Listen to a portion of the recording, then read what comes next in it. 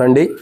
ఈ రాత్రికాల సమయంలో మరి ఆంధ్రయాన జ్యోతక గృహంలో మనమందరం కూడా కొంతసేపు ప్రార్థనా కూడిక కలిగి ఉండబోతున్నాం.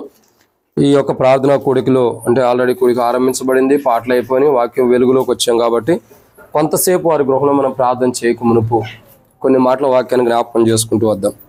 రండి. అపోస్తలుడైన పౌలు కొలస్సీలకు రాసినటువంటి పత్రిక మొదటి అధ్యాయం. అపోస్తలుడైన పౌలు కొలస్సీలకు రాసిన మొదటి పత్రిక కొలస్సీలకు రాసిన పత్రిక మొదటి అధ్యాయం మనం చూసినట్టయితే 23వ వచనాన్ని ఒకసారి అందరం కలిసి చదువుకుందాం. అపోస్తలుడైన పౌలు కొలస్సీలకు రాసిన పత్రిక మొదటి అధ్యాయం 23వ వచనం. పునాది మీద కట్టబడిన వారై స్థిరముగా ఉండి మీరు విన్నట్టు ఆకాశం క్రింద ఉన్న సమస్త సృష్టికి ప్రకటింపబడినట్టు ఈ సువార్త వల్ల కలుగు నిరీక్షణ నుండి తొలగిపోక విశ్వాసమందు నిలిచి ఉండిన ఎడల ఇది మీకు కలుగును. పౌలు నేను ఆ సువార్తకు పరిచారకునైతే. కాబట్టి ఇక్కడ దేవుని యొక్క వాక్యం చూసినట్లయితే అపోస్తలుడైన పౌలు కొలస్సీలకు రాస్తూ అంటున్నాడు కదా, మొదటి అధ్యాయంలో ఏమని సెలవిస్తూ వస్తున్నాడంటే, పునాది మీద కట్టబడిన వారై ఏమంటున్నారండి? పునాది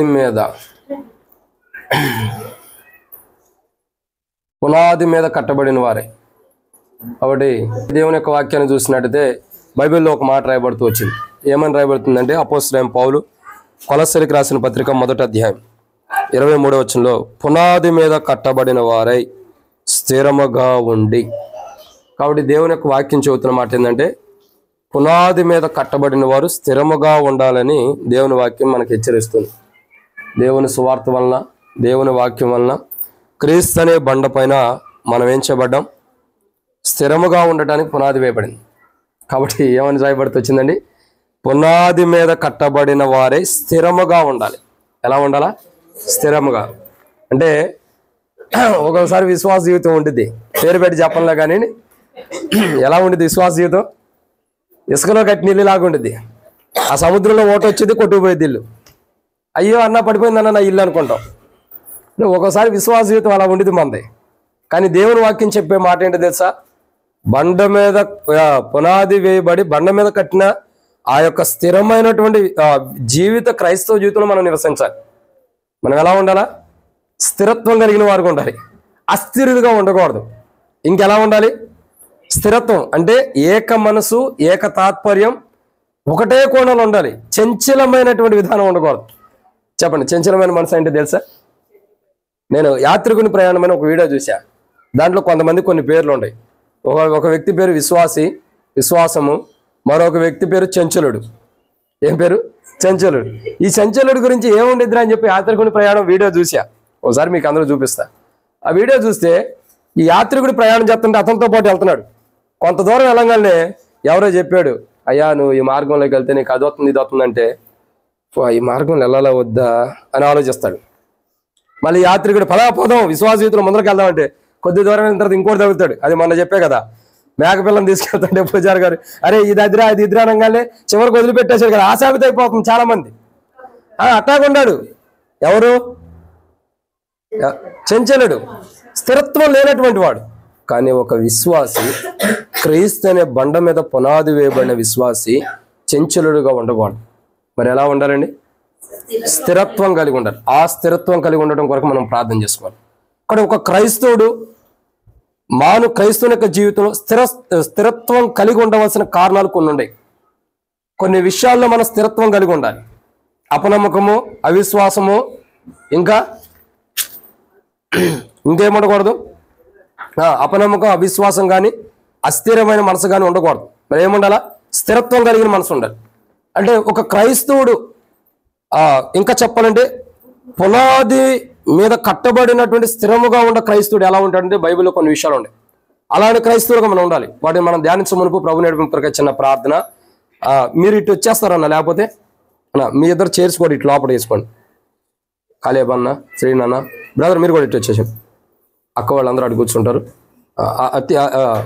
జాన్ పీటర్ అది తీసుకురానన్న, చైర్ సీట్ తీసురా. రండి, మీరు ఇటు రండి అన్న, లోపల రండి, మీరు వచ్చేసేయండి. లేకపోతే ఒక చైర్ ఆడ ఉంచండి అన్న, ఒక చైర్ అక్క వచ్చింది, అక్క కొంచండి. మీరు లోపల రండి, అది మంచం ఉంది, కూర్చుంది, లోపలికి వచ్చేయండి. సరే, దేవుని యొక్క వాక్యాన్ని చూసినట్లయితే బైబిల్లో కొన్ని మాటలు రాయబడుతూ వచ్చినాయి. ఏంటి మాట ఏంటంటే స్థిరత్వము. మనము పునాది మీద కట్టబడిన రీతిలో స్థిరత్వం కలిగి ఉండాలి. ఒక స్థిరత్వం కలిగిన క్రైస్తవుడు ఎలా ఉంటాడు అంటే ఏ విషయాల్లో మనం స్థిరత్వం కలిగి ఉండాలి అని కూడా ఇంపార్టెంటే. ఓ రకంగా చెప్పాలంటే మనం స్థిరత్వం కలిగి ఉండవలసినటువంటి కోణములు ఏంటి అంటే బైబిల్లో కొన్ని విషయాలు ఉన్నాయి. మనం ఆ విషయాల్లో ఏ విషయాలు అయితే మనం చూస్తున్నాం వాటి విషయాల్లో స్థిరముగా ఉండాలి. వాటిని మనం ధ్యానించే మునుపు ప్రభు నడిపింపు కొరకే చిన్న ప్రార్థన. మమ్మల్ని మిక్కిలిగా ఎక్కువగా ప్రేమించిన ప్రియ పరలోకపు తండ్రి, పరిశుద్ధుడు అయిన దేవా మీకు స్తోత్రములు. మీరు ఇచ్చిన కృపకై వందనాలు. దాసుడు కన్ను యజమానుడి వైపు చూస్తున్నట్లు, దాసుడు కన్ను యజమానుల వైపు చూస్తున్నట్లు మా కన్ను మీ వైపు వీక్షిస్తున్న సహాయం అనుగ్రహించండి. సమయంలో మీ దాసుడు ఆంధ్రే అన్న, సోదరి జ్యోతి అక్కను బట్టి వందనాలు. వారి కుటుంబంలో ఈ రీతిలో జరుగుతున్నటువంటి గృహకూడికని దీవించండి. మేము ఏ విషయంలో స్థిరముగా ఉండాలో ఆ స్థిరత్వం మాలో మీరు నింపమని ప్రార్థన చేస్తున్నాం. ఆ స్థిరత్వం కలిగిన వారిమై పరలోక రాజ్యంలో చేరటం కొరకై సిద్ధపరచండి. దేవా మీరే సాయం చేయమని. నిలబడేవాడిని నేనైనా నిలబెట్టేది మీరు, మాట్లాడేవాడిని నేనైనా మాట్లాడించేది మీరు, నాలో ఆత్మనప్పటికి ఆత్మని అభిషేకించేది మీరు. ప్రజలు మీ వారు వాక్యం మీద నేనైతే నిష్ప్రయోజకమైన వాడిని. దాసుడు కన్ను యజమానుడి వైపు చూస్తున్నట్టు, దాసుడు కన్ను యజమానుల వైపు చూస్తున్నట్టు మా కన్ను మీ వైపు వీక్షిస్తున్నాను. మీరే సహాయం గురించి మహిమ పొందండి. మా ప్రభా నీ ప్రజల పక్షాన్ని నీకున్న దయచొప్పున దయతో జ్ఞాపకం చేసుకుని నాతో మాట్లాడు. అక్కడ తీర్చమని, కూడికి ఎంత దీవించమని, శత్రు సిగ్గు మీకు మహిమ తెచ్చుకుని ఈ కూడిక ద్వారా మీరు మహిమ తెచ్చుకొని కూడికి ఎంత దీవించమని, వచ్చిన వారందరూ బట్టి స్తోత్రములు. రావాల్సిన వారిని, మధ్య మార్గంలో ఉండేవారిని సకాలం నడిపించి శత్రు సిగ్గు మీకు మహిమ తెచ్చుకోమని, ఈరోజు మేము ఏ విషయాల్లో స్థిరత్వం కలిగి ఉండాలో నేర్చుకోవడానికి సాధించమని ప్రభువైన యేసుక్రీస్తు నామం పేరిట విశ్వాసంతో ప్రార్థించి స్తుతించి అడిగి పెట్టుకున్నాం తండ్రి, ఆమేన్.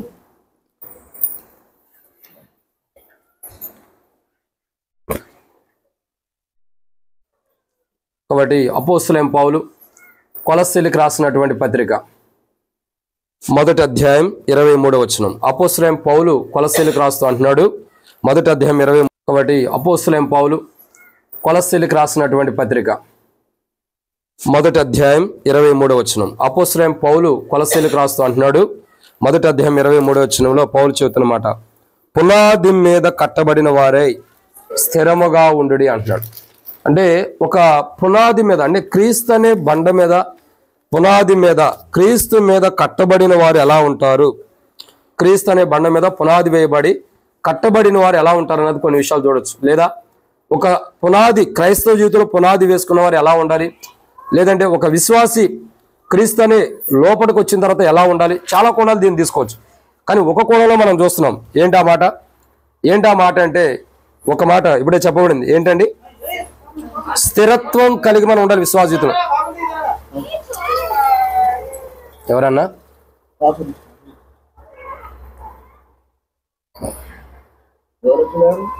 ఎవరో మోరీలో పడ్డట్టున్నారు, తీసారా?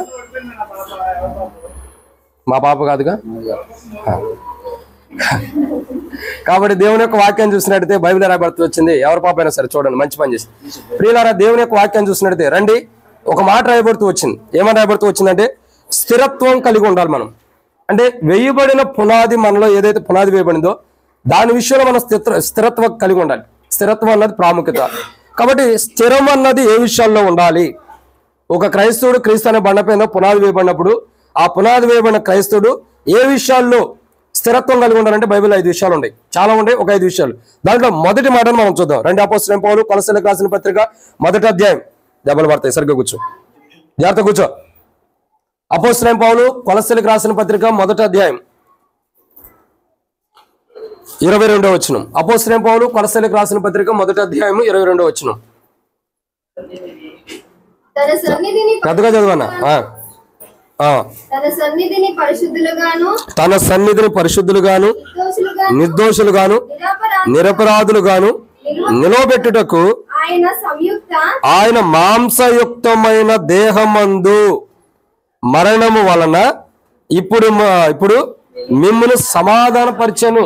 ఒక్క చిన్న మాట తప్పు చదివిన వాక్యం మొత్తం ప్రాబ్లం అయిపోయింది. కానీ మొదటి విషయాన్ని చూసినట్టయితే ఏమని రాయబడుతూ వచ్చిందండి?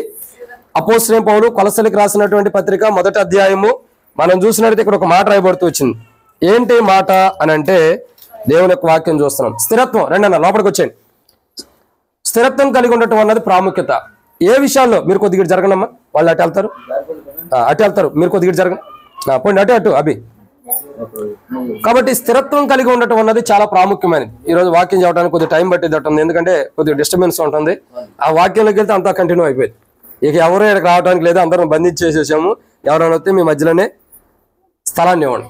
కాబట్టి ప్రియులారా, దేవుని యొక్క వాక్యం చూసినట్టే రండి, దీంట్లో మొదటి మాటను మనం చూస్తున్నాం. అపోస్తలుడైన పౌలు కొలస్సీలకు రాసిన పత్రిక 1వ అధ్యాయము 8వ వచనము 22వ వచనంలో మనం చూస్తూ వస్తున్నాం. అంటే క్రీస్తు అనే బండ మీద కానీ పునాది వేయబడిన వారు, క్రీస్తులో పునాది వేయబడిన వారు ఏ విషయాల్లో స్థిరంగా ఉండాలి అని అంటే మొదటి మాటను మనం చూస్తున్నాం. చదవండి. అపోస్తలుడైన పౌలు కొలస్సీలకు రాసిన మొదటి పత్రిక 1వ అధ్యాయం, అపోస్తలుడైన పౌలు కొలస్సీలకు రాసిన పత్రిక 1వ అధ్యాయం 22వ వచనం. తన సన్నిధిని పరిశుద్ధులుగాను, అక్కడ ఆగండి, చౌరస్తా దగ్గర ఆగాలి, ఇక ముందుకు రావద్దు. కాబట్టి మొదటి మాటను చూసినట్టయితే తన సన్నిధిని పరిశుద్ధులుగాను, క్రీస్తు అనే బండ మీద కానీ క్రీస్తులో పునాది వేయబడిన వారు కానీ ఎలాంటి అనుభవం కలిగి ఉంటారంటే మొదటి మాట ఇక్కడ రాయబడుతుంది. ఏ అనుభవం ఉండాలండి? ఎలాంటి స్థిరత్వం కలిగి ఉండాలా? ఏ విషయంలో స్థిరత్వం కలిగి ఉండాలంటే పరిశుద్ధత విషయంలో స్థిరత్వం కలిగి ఉండాలి. ఏ క్రైస్తవుడైతే, ఏ విశ్వాస అయితే, ఎవరైతే రక్షణ మారుమనసు బాప్తిసం పొందిన వారు ఉంటారో వారు క్రైస్తవ జీవితంలో వారు స్థిరంగా ఉండాల్సిన, స్థిరత్వం కలిగి ఉండాల్సిన మొదటి కోణం ఏంటంటే పరిశుద్ధత విషయంలో. ఏ విషయంలో అండి? పరిశుద్ధత. అందుకే బైబిల్ రాయబడుతూ వచ్చింది యెషయా గ్రంథంలో, పోవుడి అచ్చం నుండి పోవుడి, అపవిత్రమైన దేనినైనాను. ఎక్కడ రాయబడింది? యెషయా గ్రంథం ఎన్నో అధ్యాయము గుర్తుందా ఎవరికైనా? ఇంతకుముందు చెప్పిన వాక్యమే గుర్తుంది, ఇప్పుడు ఎవరు గుర్తుంది బ్రదర్ అంటారా? సరే, మీకు వందనాలు, నేను త్వరగా ముగించాలి కాబట్టి నేను కూడా చెబుతాను. యెషయా గ్రంథం 52వ అధ్యాయం 11వ వచనం. యెషయా గ్రంథం 52వ అధ్యాయం 11వ వచనం. పోవుడి అచ్చం నుండి వెలుడి, అపవిత్రమైన దేనిని. చదువు సీనన్న. శామన్ చదువుతున్నాడా? చదువు. యెహోవా సేవోపకరణములు మోయవారులారా, మిమ్మును మీరు అంటే యెహోవా దేవుని యొక్క సేవ చేసే మనుషులారా, విశ్వాసులారా, క్రైస్తవులారా, మిమ్మును మీరు పరిశుద్ధపరచుకోండి. బైబిల్ సెలవిస్తున్న మాట ఏంటంటే అపవిత్రమైన దాని దగ్గర నుండి పారిపోమంటున్నాడు. మెల్లగా జరగమని కాదు. మందిరంలో ఫుల్ అయిపోతుంది అనుకోండి, ఖాళీ లేదనుకోండి, కొద్దిగా ముందర జరగని పాట పాడతామంటారు. కాలు అక్కడక్కడే ఉండిద్ది, మనిషి ఇటు గదిలినట్టు ఉంటాం, ముందర జరగడానికి కష్టమైపోయేది. కానీ అట్లా పోకూడదు. అపవిత్రమైన విషయాల్లో పవిత్రతను కాపాడుకోవడానికి అపవిత్రమైన దాని దగ్గర నుంచి ఎలా పరిగెట్టాలంటే, చిన్నపిల్లలు క్రొవ్విన దూడ అంటే అప్పుడే పుట్టిన దూడ కానీ, ఒక కొత్తగా పుట్టిన దూడ కానీ రోడ్డుల మీద ఎలా గంతులు వేస్తూ పరిగెడుతూ మనకు అందుకోకుండా పరిగెత్తిద్దో అంత దూరం వెళ్ళిపోవాలంట, అంత స్పీడ్గా వెళ్ళిపోవాలి. మానవుడి జీవితంలో రాయబడుతున్న మాట ఏంటంటే పోవుడి అచ్చం నుండి వెళ్ళిపోడి, అపవిత్రమైన దేన్ని ముట్టకుడి. కాబట్టి మొదటిగా మనం ఏ విషయంలో స్థిరత్వం కలిగి ఉండాలంటే పరిశుద్ధత విషయంలో. మన జీవితంలో అపవిత్రమైన మన జీవితంలోకి రాకూడదు. ఎప్పుడైతే అపవిత్రమైన మన జీవితంలోకి వచ్చిందో, ఎప్పుడైతే ఒక అపవిత్రమైన మన జీవితంలో ఎంటర్ అయిద్దో, ఒక అపవిత్రత మన జీవితంలోకి ఎప్పుడైతే కొనసాగుతూ వచ్చిందో, అదే అపవిత్రమైన జీవితం మనం చచ్చిపోయేంత వరకు కూడా మనతో వెంటాడుతూ వచ్చింది. ఏదో కోణల వల్ల వెంటాడుతూ వచ్చింది, ఏదో ఒక ఆలోచన వల్ల వెంటాడుతూ వచ్చింది. రండి, మత్తయి సువార్త 5వ అధ్యాయం, మత్తయి సువార్త 5వ అధ్యాయం 27-28 వచనాలు. మత్తయి సువార్త 5వ అధ్యాయం 27-28 వచనాలు. రామా ముందులకు రా. మత్తయి సువార్త 5వ అధ్యాయం 27-28 వచనాలు. ఆడ కూర్చో, ఇక ఎవరు లేరులే మీ మధ్యలో, ఆడ కూర్చో. మత్తయి సువార్త 5వ అధ్యాయం 27-28 వచనాలు. సరిగ్గా మత్తయి సువార్త 5వ అధ్యాయము 27-28 వచనాలు చదవాలి. వ్యభిచారం చేయవద్దని చెప్పబడి, అమ్మా చూడండి, తల్లి కొడుకులు ఇద్దరు కొట్టుకోవద్దు, ఒక్కళ్ళే చదవండి. చదువు శ్యామన్న. వ్యభిచారం చేయవద్దని చెప్పబడిన మాట మీరు విన్నారు కదా. నేను మీతో చెప్పినదేమనగా, ఒక స్త్రీని మోహం చూతో చూచు ప్రతివాడును అప్పుడే తన హృదయం మంది వ్యభిచరించినట్టు. అంటే మనం అనేక విషయాల్లో పవిత్రత కలిగి స్థిరంగా ఉండటం కొరకు అనేక విషయాల్లో మనం ఏం చేయాలా? దూరంగా పారిపోవాలి. వాటిల్లో ఒకటి ఏంటంటే మన చూపు. ఏంటంటే అది చూపు. అన్నిటికంటే ప్రాముఖ్యమైనది ఏంటి? చూపే. మానవుడు చూపు చాలా ప్రాముఖ్యమైనది. మన చూపులో ఉండే అపవిత్రత దేంట్లోనే ఉండదంటాం, అంత దారుణమైన అపవిత్రత ఉండేది. అందుకే చాలా మంది అంటారు, ఏంటి విషపు చూపు చూస్తున్నావు ఏంటి అని అంటాం. ఏ చూపు? విషపు చూపు చూస్తున్నావేంటి అంటే మానవుడు చూపులోనే విషం ఉందని మానవుడే చెప్పేస్తున్నాడు. మన చూపు ఎంత డేంజరో చూడండి. పాము కాటు కంటే కూడా డేంజర్. అర్థమైందండి? లోకంలో సామెత ఉంది, రండన్న, నరుని కంటికి నల్లరాయి కూడా ఏమైపోయిందంట. తెలుసా లేదా సామెత? నరుని కంటికి నల్లరాయి కూడా. రండన్న, ఇటు అటు కూర్చోండి, ఎడగొట్ట, మీకు స్థానం ఉన్న చోట, లేకపోతే ఇటు రండి. కాబట్టి దేవుని యొక్క వాక్యాన్ని చూసినట్లయితే బైబిల్లో రాయబడిన మాట ఏంటంటే, మానవుని కన్నులు జాగ్రత్త కాపాడుకోవాలి. ఇటు రండి అన్న, రవన్న ఇటు వచ్చేసండి. లోపలికి వద్దు. పవిత్రమైన జీవితం కలిగి ఉండటం కొరకై, పవిత్రమైన క్రైస్తవ జీవితాన్ని జీవించడం కొరకై మానవుడి జీవితం ఎలా ఉండాలని ఈ చేరి తీసి అసలు లోపడైనా అన్న వెంకటాన్ని లోపల పంపించండి ప్రమోషన్ ఇచ్చి. కాబట్టి మానవుని యొక్క జీవితంలో గుర్తుంచుకోవాల్సిన మొదటి కోణం ఏంటంటే పవిత్రమైన విషయంలో, పవిత్రత కలిగి ఉండే విషయంలో మన జీవితాలు ఎలా ఉండాలంటే చాలా విషయాలు, మన కన్నుల విషయాలు పవిత్రంగా ఉండాలి. ఏ విషయాలు అండి? మన కన్నుల విషయాలు అంటే మన చాలా విషయాలు ఉంటాయి మన పవిత్రత కావాల్సినవి. మన కన్నుల విషయాలు చాలా పవిత్రంగా ఉండాలి. ఒక స్త్రీని మోహ చూపుతో చూచువాడు తన హృదయం మీద అప్పుడే వ్యభిచరించినట్టంటే కన్నులు ఎంత అపవిత్రమైన అర్థం చేసుకోండి. అర్థమవుతూ వచ్చిందండి? కన్నులు మీరు జరగండి, కన్నులు ఎంత అపవిత్రమైన అర్థం చేసుకుంటారండి. బైబిల్ చెబుతున్నటువంటి మొదటి కోణం పరిశుద్ధత మానవుడికి అవసరం. ఎంత పరిశుద్ధత మనం కలిగి ఉంటామో, ఎంత పరిశుద్ధమైన జీవితాన్ని మనం కలిగి ఉంటామో అంత క్రైస్తవ జీవితంలో, విశ్వాస జీవితంలో మన పరిశుద్ధతను బట్టి దేవుడు మనకు ఆశీర్వాదం దీవెనలు ఇస్తాడు. కానీ మొదటి మాట ఏంటండి? జోతక్కుందా, వంట వండుతుందా? ఓకే. కాబట్టి మొట్టమొదటిగా ఏ విషయంలో స్థిరత్వం కలిగి ఉండాలో క్రైస్తవుడు, ఏ విషయంలో స్థిరత్వం కలిగి స్థిరులుగా ఉండాలి, ఏ విషయంలో స్థిరపడి ఉండాలి, క్రీస్తు బండ మీద పునాది వేయబడినటువంటి బండ మీద ఏ విషయంలో మనం స్థిరపడి ఉండాలంటే పరిశుద్ధత విషయంలో. మన చూపులు అపవిత్రమైన మార్గాన్ని నడిపిస్తాయి. మన ఆలోచనలు బైబిల్ రాబడుతూ వచ్చింది ఆదికాండం మనం చూసినట్టయితే 6వ అధ్యాయంలో చూసినట్టయితే ఏమని రాబడుతూ వచ్చిందండి? 5వ అధ్యాయం 6వ వచనం పట్టుకోండి, చదవండి. ఆదికాండం 6వ అధ్యాయం, క్షమించండి, 5వ వచనం. నరుల చెడుతనం భూమి మీద గొప్పది, వారి హృదయం యొక్క తలంపుల్లోని ఊహంతియు ఎల్లప్పుడూ కేవలం చెడ్డదని యెహోవా చూచి. మొదటిది ఏంటండి? పరిశుద్ధత. మానవుడి జీవితంలో అపవిత్రత దేని నుండి వస్తుంది? చూపు బట్టి అపవిత్రత వస్తుంది.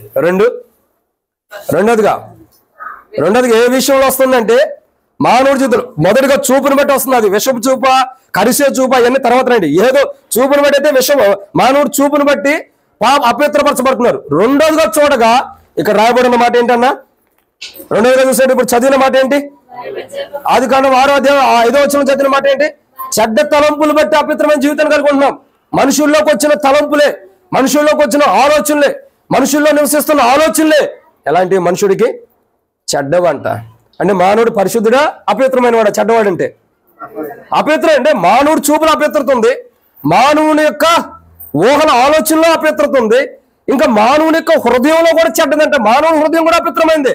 అందుకే ఇర్మీయా గ్రంథం 17వ అధ్యాయం 9వ వచనం పెడుతూ వచ్చింది హృదయం అన్నిటికంటే. అంటే చూడండి ఇప్పుడు ఏమైంది? 1 మన చూపు మంచిది కాదు, 2 మన ఆలోచనలు మంచిది కాదు, 3 మన హృదయం మంచిది కాదు. ఇంకా చెప్పుకుంటే పోతే దీనికి కూడా 7 విషయాలు చెప్పొచ్చు. కాబట్టి ఎన్ని చాలా విషయాల్లో అంటే మనం ఎంత పరిశుద్ధతగా ఉండాలి. మన ఆలోచనల విషయాల్లో పరిశుద్ధంగా ఉండాలా, మన చూపు విషయంలో పరిశుద్ధంగా ఉండాలా, మన హృదయం పరిశుద్ధంగా ఉండాలా, ఇంకా మనం నడిచే నడకలో కూడా పరిశుద్ధంగా ఉండాలి. ఏమన్నాడు యెషయా గ్రంథం 52వ అధ్యాయంలో 11వ వచనంలో పోడి అచ్చడి నుండి వెళ్ళిపోవడం అన్నాడంటే మన నడక కూడా పరిశుద్ధత వైపు వెళ్ళాలి. మనం నడిచే నడకలో కూడా అపవిత్రత ఉండకూడదు. అంటే ఎంత పవిత్రంగా మనం ఉండాలో అర్థం చేసుకోండి. అర్థమవుతుందండి? కాబట్టి మొదటి మాటను మనం చూస్తున్నాం. ఎన్నో మాట? మొదటిగా దేవుని యొక్క వాక్యాన్ని చూడగా ఏంటి? పరిశుద్ధత. ఏ విషయంలో మనం స్థిరంగా ఉండాలండి? పరిశుద్ధత విషయంలో. ఈరోజు మానవులకు అది లేదు.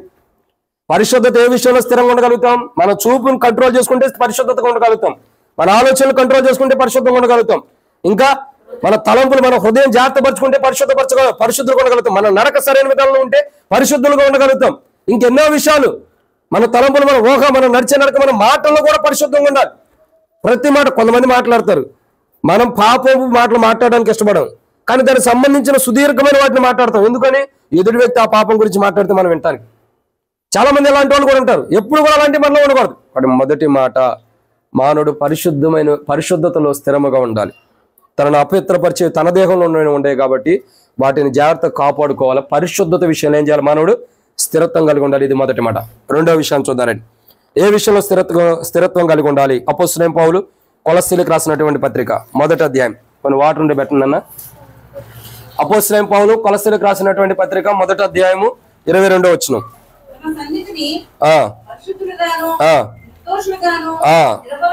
చాలా అక్క లక్ష మాటల దగ్గర రాకండి. వాడి రెండో మాట చూసినట్టయితే మొదటిగా తన సన్నిధిని పరిశుద్ధులుగాను. ఏ విషయంలో మనం స్థిరులుగా ఉండాలండి? దేవుని యొక్క క్రీస్తు బండ మీద పునాది వేయబడిన మనం పరిశుద్ధత విషయంలో స్థిరం కలిగి ఉండాలి. అపవిత్రమైన దాని దగ్గరికి వెళ్ళకూడదు. అపవిత్రమైన వాటిని ముట్టగుడి పారిపోండి అని బైబిల్ సెలవిస్తుంది. రెండోదిగా ఏ విషయంలో స్థిరత్వం కలిగి ఉండాలా? నిర్దోషులుగా ఉండే విషయంలో. ఏ విషయంలో అండి? దోషులుగా ఉండటం కాదు, నిర్దోషులు. ఏ విషయంలో అండి? నిర్దోషత్వం కలిగిన విషయంలో. మన జీవితాల్లో మనం నిర్దోషులుగా ఉండటం అన్నది చాలా ప్రాముఖ్యమైన విషయం. కాబట్టి ప్రియులారా, దేవుని యొక్క వాక్యాన్ని చూసినట్టయితే రెండోదిగా మన స్థిరత్వం ఏ విషయంలో అంటే నిర్దోషత్వ జీవితంలో. ఎప్పుడైతే నిర్దోషులుగా ఉండే విషయంలో స్థిరత్వం కలిగి ఉంటామో అప్పుడు మన జీవితంలో క్రీస్తు అనే బండ పైన మనం పునాది గట్టిగా ఉంది. కాబట్టి పరలోక రాజ్యంలో మన పునాది కూడా అలాగే ఉండేది. మన పునాది పరలోక రాజ్యంలో కూడా అలాగే ఉండేది. అందుకే దాని గురించి ఒక మాట రాయబడుతూ వచ్చింది. అపోస్తలుడైన పౌలు హెబ్రీయులకు రాసినటువంటి పత్రిక. అపోస్తలుడైన పౌలు హెబ్రీయులకు రాసినటువంటి పత్రిక 7వ అధ్యాయం 26వ వచనం. అపోస్తలుడైన పౌలు హెబ్రీయులకు రాసిన పత్రిక 7వ అధ్యాయం 26వ వచనం. పవిత్రుడును పెద్దగా పవిత్రుడును నిర్దోషియు నిష్కల్మషుడును నిష్కలంకుడును. పాపులలో చేరక ప్రతి చాలన్న ఇక్కడ ఆపండి. ఎవరు నిర్దోషిగా ఉన్నాడు? మానవులు ఎలా ఉండాలి చెప్పండి? అపోస్తలుడైన పౌలు కొలస్సీలకు రాస్తూ అంటున్నాడు. ఏమని అన్నాడు? మనం నిర్దోషత్వ విషయంలో స్థిరంగా ఉండాలి. పరిశుద్ధత విషయంలో స్థిరంగా ఉండాలా? నిర్దోషత్వ విషయంలో స్థిరంగా ఉండాలి. నిర్దోషత్వం అంటే ఏ తప్పు చేయనివాడు, ఏ దోషాలు చేయకోకుండా మానవుడి జీవితంలో చక్కని జీవితాన్ని జీవించేవాడు నిర్దోషి. కాబట్టి యేసు ప్రభు వారి గురించి చెబుతున్నాడు. మనం నిర్దోషులుగా ఉండాలని అపోస్తలుడైన పౌలు కొలస్సీలకు రాస్తూ అంటూ అదే మాట హెబ్రీయులకు రాస్తూ అన్నాడు. అసలు నిర్దోషి అంటే ఎవరు? యెహోవా చేత నిర్దోషి అని ఎంచబడిన వాడు, ఆత్మలో కపటము లేనివాడు ధన్యుడు. దేవుని చేత మనం నిర్దోషం అనిపించుకోవాలి. ఇప్పుడు కాజాన్ని వచ్చి అన్న నువ్వు నిర్దోషం అన్నా నేను అనడానికి ఉపయోగం ఉందా?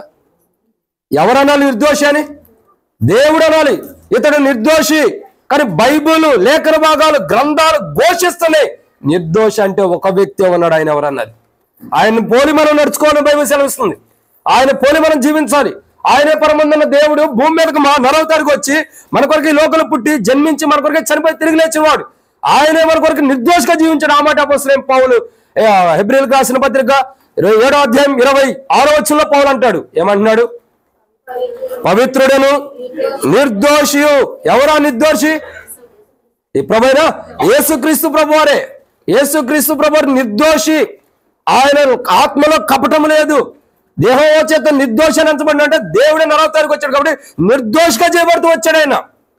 ఈరోజు మన జీవితంలో నిర్దోషత్వం జీవితం కలిగి ఉండాలి. మనం అంటాం నిర్దోషులుగా మనం ఎలా జీవిస్తామన్నా అంత జీవించలేం కదా, ఏదో దోషాలు చేస్తాం కదా. కానీ బైబిల్ అంటుంది యేసు ప్రభువు నిర్దోషి. ఆయనలో ఏ పాపం లేదు. కానీ పౌలు పాపం చేసి ఉండొచ్చు. కానీ యేసు క్రీస్తులోకి వచ్చిన తర్వాత నిర్దోషత్వమైన క్రైస్తవ జీవితాన్ని జీవిస్తున్నాడు. ఇక పాప జీవితానికి పాపానికి పోట్ల. ఇంకా పెళ్లి కాని వాళ్ళకి పెళ్లి అవ్వాల్సిన యవనస్తుల గురించి కూడా కొన్ని మాటలు చెబుతాడు. పౌలు అంటాడు ఒకవేళ పెళ్లి చేసుకోకుండా నువ్వు ఉండగలిగితే ఉండు, శరీర కోరికను చంపుకొని ఉండగలిగితే ఉండు. ఒకవేళ శరీర కోరికను చంపుకోలేకుండా నేను దేవుని కొరకు నిలబడ్డాను నువ్వు పాపం చేస్తూ ఉంటే అది నష్టపోతావు. ఒకవేళ నిలబడలేనా పెళ్లి చేసుకోమని అంటాడు. ఎందుకంటే 2 కోణాల్లో చెబుతూ వస్తాడు పౌలు. ఎందుకంటే మానవుడి జీవితం చాలా కాపాడుకోవాలి, నిర్దోషంగా ఉండాలి. పౌలు ఎంతో నిర్దోషత్వాన్ని కాపాడుకున్నాడు కాబట్టి సవాలుతో కూడిన మాట మన జీవితం ముందర పెట్టాడు పౌలు. ఏమంటున్నాడు? పౌలు సవాలుతో కూడి ఒక మాట మన ముందర పెట్టాడు.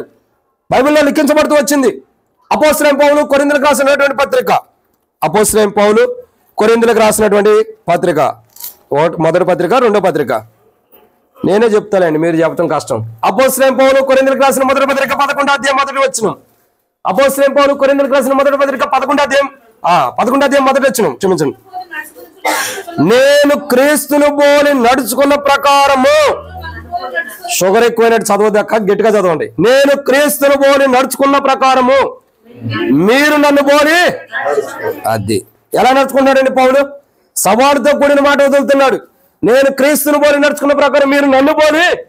క్రీస్తు ఎలా ఉన్నాడండి? అపోస్తలుడైన పౌలు హెబ్రీయులకు రాసిన పత్రిక 7వ అధ్యాయం 26వ వచనంలో క్రీస్తు ఎలా ఉన్నాడు? నిర్దోషిగా ఉన్నాడు. ఇప్పుడు మనం ఎలా ఉండాలని పౌలు కొలస్సీలకు రాసిన పత్రిక 1వ అధ్యాయం 22వ వచనంలో చెబుతున్నాడు. షబ్బా మరి చెప్పండి ఎలా ఉండాలండి? నిర్దోషులుగా ఉండాలని ఇష్టపడుతున్నాడు. కాబట్టి ఈరోజు మన జీవితంలో, మన క్రైస్తవ జీవితంలో, మన విశ్వాస జీవితంలో మన స్థిరత్వం కలిగి ఉండాల్సిన మొదటి కోణం ఏంటి? పరిశుద్ధత విషయంలో స్థిరత్వం కలిగి ఉండాలి. రెండు, ఏ విషయంలో స్థిరత్వం కలిగి ఉండాలా? నిర్దోషులుగా ఉండే విషయం, అంటే దోషాలు చేసుకుంటూ పాపాలు చేసుకుంటూ ఇష్టానుసారమైన జీవితం జీవించి యేసు ప్రభా నేను పాపి నన్ను క్షమించని ఆదివారం మందిరానికి వచ్చి అడిగితే దేవుడు క్షమించడండి. అది కాదు మనకు కావాల్సింది. ఎప్పటికప్పుడు మన జీవితాన్ని కాపాడుకోవాలి. అపోస్తలుడైన పౌలు లాంటి జీవితం ఎవరైతే జీవిస్తారో వాళ్ళలో నిర్దోషత్వం కలిగిన జీవితం ఉండింది. నిర్దోషత్వం కలిగిన క్రైస్తవ జీవితం ఉండింది. కూర్చోమన్నా తర్వాత పాటలేదు. కాబట్టి నిర్దోషత్వమైన క్రైస్తవ జీవితం మనకు స్థిరంగా ఉండాలి. కొంతసేపు నిర్దోషులు ఉండి, కొంతసేపు ఏ పాపం చేయని వారికి, ఏ దోషం లేని వారికి ఉండి, మరి కొంతసేపు పాపం చేసుకుంటూ వెళ్తే అది స్థిరత్వం కలిగిన మనసు కాదు. ఏ మనసు జ్యోతక్క? బాగా గుర్తుపెట్టుకోండి, ఇది పాయింట్ చేసుకోండి. చంచలమైన మనసు, అది స్థిరత్వం కలిగింది కాదు. నిర్దోషులుగా ఉండాలనుకుంటాం, కడగబడతాం. క్రీస్తు రక్తం ద్వారా నిర్దోషులుగా చేయబడుతున్నాం. మళ్ళీ కొంతసేపటికి వచ్చి ఏం చేస్తాం? అదే పాపాలు అదే తప్పులు చేసుకుంటూ మరలా మనం దోషులుగా అవుతున్నాం. ఇది చంచలమైన మనసు నిజంగానే. కానీ బైబిల్ చెప్పేటటువంటి రెండో మాట ఏమని రాయబడుతూ వచ్చింది? మొదటగా మనం ఏ విషయంలో మనం స్థిరత్వం కలిగి ఉండాలంటే మొదటిగా పరిశుద్ధత విషయంలో, రెండోది ఏ విషయంలో? నిర్దోషత్వం విషయంలో, నిర్దోషులుగా ఉండే విషయంలో మనం ఎలా ఉండాలా? స్థిరత్వం కలిగి ఉండాలి. మూడోదిగా ఏ విషయంలో స్థిరత్వం కలిగి ఉండాలంటే ఆశీర్వాదం చదువుతాడు. చదువు. అపోస్తలుడైన పౌలు కొలస్సీలకు రాసిన పత్రిక 1వ అధ్యాయం. అది కాదు, అందుకే నేను చెప్పింది ఆశీర్వాదం చదువుతాడు అంది. అపోస్తలుడైన పౌలు, ఇప్పుడు స్వర్ణ చదివింది. అపోస్తలుడైన పౌలు కొలస్సీలకు రాసిన 1వ పత్రిక ఆశీర్వాదం చదివినానా? అది ఒక బైబిల్ మీ ఇద్దరు అట్ట మార్చుకుంటా ఉంటే అట్టగా ఉండేది. మరి ఎవరి బైబిల్ వాళ్ళకు ఉండాలి. జ్యోతక్క చదివిద్దా? తీ.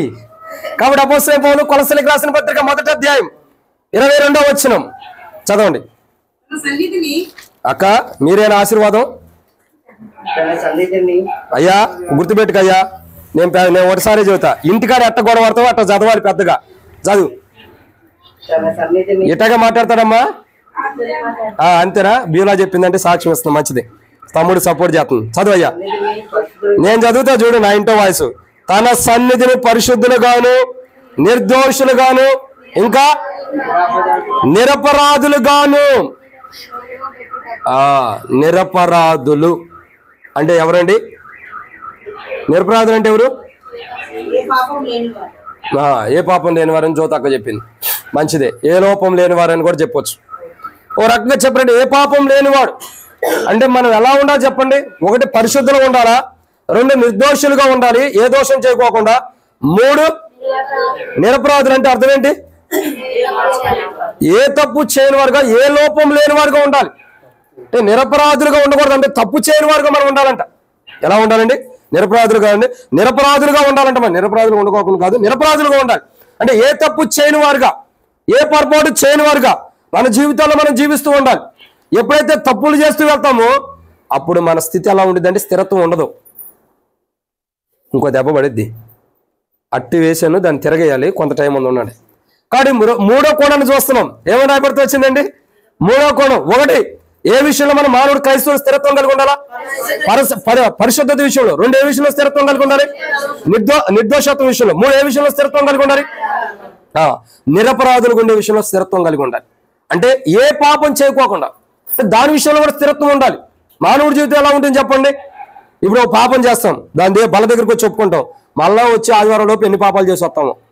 అంటే నిరపరాధులుగా ఉండే విషయంలో స్థిరత్వం లేదు మనకి. మాట మాటికి తొలిపోతున్నాం, మాట మాటికి పడిపోతున్నాం.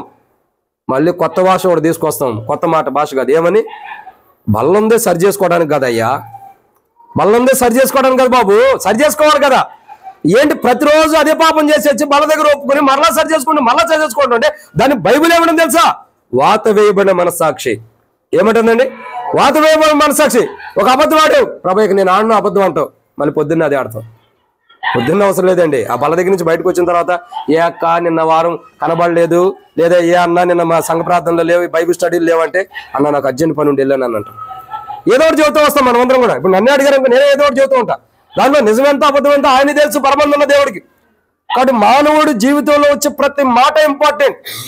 నిరపరాధులుగా మనల్ని మనం చూసుకోవాలి, నిరపరాధులుగా మనం ఉండాలి. మనలో ఏ అపరాధములు రాకూడదు. మనం ఎలా ఉండాలా? నిరపరాధులుగా ఉండాలి. ఏ తప్పు చేయకూడదు, ఏ పాపం చేయకూడదు, ఏ పొరపాటు చేయకూడదు. అప్పుడే క్రైస్తవ జీవితం మనకి బాగుంది. సో మనం ఏం చేయాలండి? ఏంటి అక్కడ నిద్ర వస్తుందా? కసేపట్టి తిరగండి. కాబట్టి మొట్టమొదటిగా చూసినట్టే మానవుడు క్రైస్తవ జీవితంలో స్థిరత్వం కలిగి ఉండాల్సిన మొదటి కోణం ఏంటి? పరిశుద్ధత విషయంలో. రెండోదిగా నిర్దోషత్వం విషయంలో స్థిరత్వం కలిగి ఉండాలి. మూడోదిగా నిరపరాధులు అంటే ఏ పాపం చేయకోకుండా ఉండే విషయంలో, పాపం లేని వారికి ఉండే విషయంలో, పాపపు జీవితాన్ని జీవించుకోకుండా ఉండే విషయంలో, పాపాన్ని వెంటాడుకోకుండా ఉండే విషయంలో, పాపాన్ని చూడకోకుండా ఉండే విషయంలో, పాపాన్ని సమీపించుకోకుండా ఉండే విషయంలో, పాపం దగ్గరికి వెళ్ళకోకుండా ఉండే విషయంలో, పాపం విషయంలో నిరపరాధులుగా ఉండాలి. అంటే ఆ పాపం చేయకూడదు, ఆ చేయకోకుండా ఉంటే నిరపరాధులు. కాబట్టి మన జీవితంలో ఎలా ఉండాలండి? మూడోది ఏ విషయంలో స్థిరత్వం కలిగి ఉండాలి? ఈ ఇంపార్టెంట్ మాటలు ఇవి, చాలా విలువైన మాటలు. ఇదేదో నేను వర్తమానంలో ఎప్పుడు కూడా ప్రభావాలు ఇంటికాడ ఏం చెప్పాలి, ఆ మనుషులను ఉద్దేశించి చెప్పాలని సిద్ధపడినాం. పాట పాడుతూ ఉంటారు, ఆ పాటలో లాక్కొచ్చేటి వర్తమానాలు కూడా దేవుడు అట్లాంటి వరం ఇచ్చాడు. మరి మనం ఏం చేద్దాం దేవుడు ఇచ్చిన దానికి? కాబట్టి ఈ వర్తమానం కూడా ఇప్పుడు సిద్ధపడింది. ఏమని రాయబడుతూ వచ్చింది? స్థిరత్వం కలిగి ఉండాలి. ఏ విషయంలో? మొదటిగా పరిశుద్ధత. రెండో విషయంలో స్థిరత్వం కలిగి ఉండాలి, నిర్దోషత్వం విషయంలో. మూడో విషయంలో స్థిరత్వం కలిగి ఉండాలి, నిరపరాధులు ఉండే విషయంలో. అంటే మనం ఎంత జాగ్రత్త చూసుకోవాలి చూడండి, మనం ఎంత జాగ్రత్తగా ఉండాలో.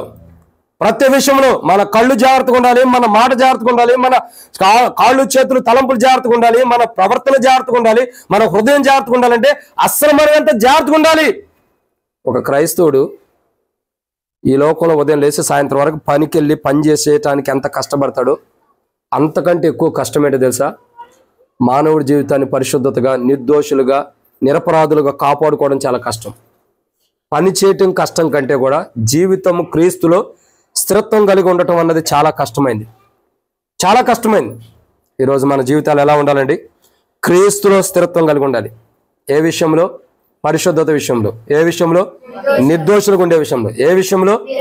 నిరపరాధులకు ఉండే విషయంలో కూడా మనం ఎలా ఉండాలా? స్థిరంగా ఉండాలి. మళ్ళీ ఒడిదుడుకులు ఉండకూడదు. సముద్రం ఒడికి వెళ్ళారు ఎప్పుడైనా? ఉన్నాడు ఇక్కడ అరుణు? లేడా? శాలేం కూడా లేడు. కాబట్టి సముద్రం ఒడ్డుకి వెళ్తే ఎలా ఉంటుంది? అలలు ఎలా ఉంటాయి చెప్పండి? ముందరకు వస్తాయి, వెనక్కి వెళ్తాయి, ముందరకు వస్తాయి, వెనక్కి వెళ్తాయి. ఎవడన్నా నాలాంటి వాడు అశ్రద్ధగా ఉంటే లోపల తీసుకెళ్లి పరవాసిని పాట పాడి బయటికి తీసుకొచ్చింది.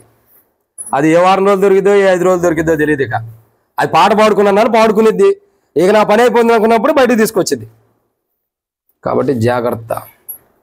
అలల వలె కొట్టబడినటువంటి స్థిరత్వంగా ఉండకూడదు, నికరం లేని స్థిరత్వంగా ఉండకూడదు, ఏదో గాలి వస్తే కొట్టుకుపోయినటువంటి స్థిరత్వం కలిగిన వారికి ఉండకూడదు. స్థిరత్వం అంటే ఎలా ఉండాలా? పునాది మీద స్థిరంగా ఉండాలంట. ఏ పునాది? క్రీస్తు అనే బండ మీద, క్రీస్తు అనే పునాది మీద మనం కట్టబడిన వారమే స్థిరంగా ఉండాలంట. మనం క్రీస్తు అనే బండ మీద ఏ విషయాల్లో కట్టబడాలా? స్థిరంగా ఏ విషయాల్లో ఉండాలి? కట్టబడి పరిశుద్ధత విషయంలో క్రీస్తు అనే బండ మీద స్థిరంగా కట్టబడి ఉండాలి. పరిశుద్ధతలో ఇంకే విషయంలో కట్టబడి ఉండాలా? నిర్దోషత్వ విషయంలో, ఇంకా నిరపరాధులు ఉండే విషయంలో కూడా క్రీస్తులో మనం కట్టబడాలంట. అంటే ఎంత క్రైస్తవ జీవితం కాపాడుకోవాలో అర్థం చేసుకోండి. ఇవన్నీ మనం ఆలోచిస్తే రేపటి నుంచి మనం పిచ్చెక్కి మందిరానికి కూడా రాం. అంటే అంత పవిత్రంగా మనం జీవించాలని బైబిల్ సెలవిస్తుంది. ఇదన్నమాట 3. అంటే పరిశుద్ధత, నిర్దోషత్వం, నిరపరాధులు ఉండే విషయాల్లో క్రీస్తులో మనం స్థిరంగా ఉండాలంట. అంటే క్రీస్తులో స్థిరపడిపోవాలి. ఇతడు పరిశుద్ధుడే, పరిశుద్ధంగా ఉండాలి.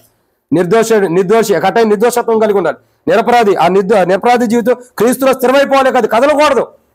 మళ్ళీ ఒక్కసారి బయటకు వెళ్ళొచ్చావా, అటు చూసొద్దామా, అటు పోయొద్దామా, ఆ ఒకటి ఉంది కదా బైబిల్లో. ఎవరు? ఓ దెయ్యం పట్టిన వ్యక్తి ఉన్నాడు.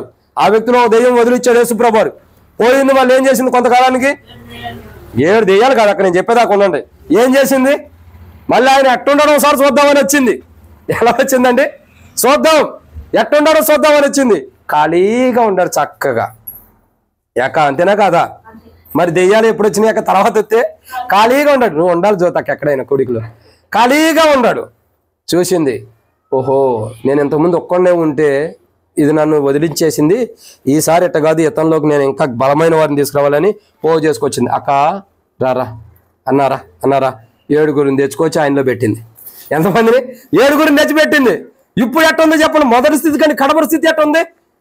ఒక దెయ్యం ఉంటేనే తట్టుకోలేనివాడు 7 దెయ్యాలు పెడితే ఎట్టుంటారు చెప్పండి? ఎంత భయంకరంగా ఉన్నాడు, ఎంత దారుణంగా ఉన్నాడు. అందుకే మన స్థితి ఎలా ఉండాలా? స్థిరంగా ఉంటే మన దగ్గరికి ఏది రాదు. స్థిరత్వం లేనప్పుడు, ఒడిదుడుకుల్లో ఉన్నప్పుడు అక్కొచ్చింది, నేను వదిలిపెట్టేలే కదా ఎట్లున్నాడో చూద్దామని. శత్రువుకు సమయం ఇవ్వకూడదు. అంటే మనం ఏం చేయాలా? నిరపరాధులుగా స్థిరత్వం కలిగి ఉండాలి. ఇదన్నమాట 3. జ్యోతక్క ముగించనా? చెప్తారైతే 4వ విషయం. లేట్ అయినందుకు నన్ను తిట్టొద్దు, జ్యోతక్కనే తిట్టండి.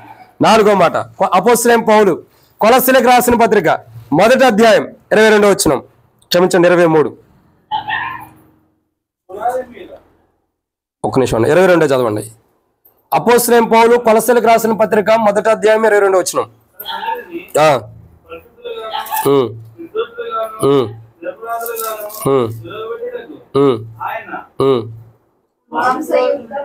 మాంసయుక్తమైన ఏడా ఆగిపోతున్నారు చదివే వాళ్ళందరూ కూడా.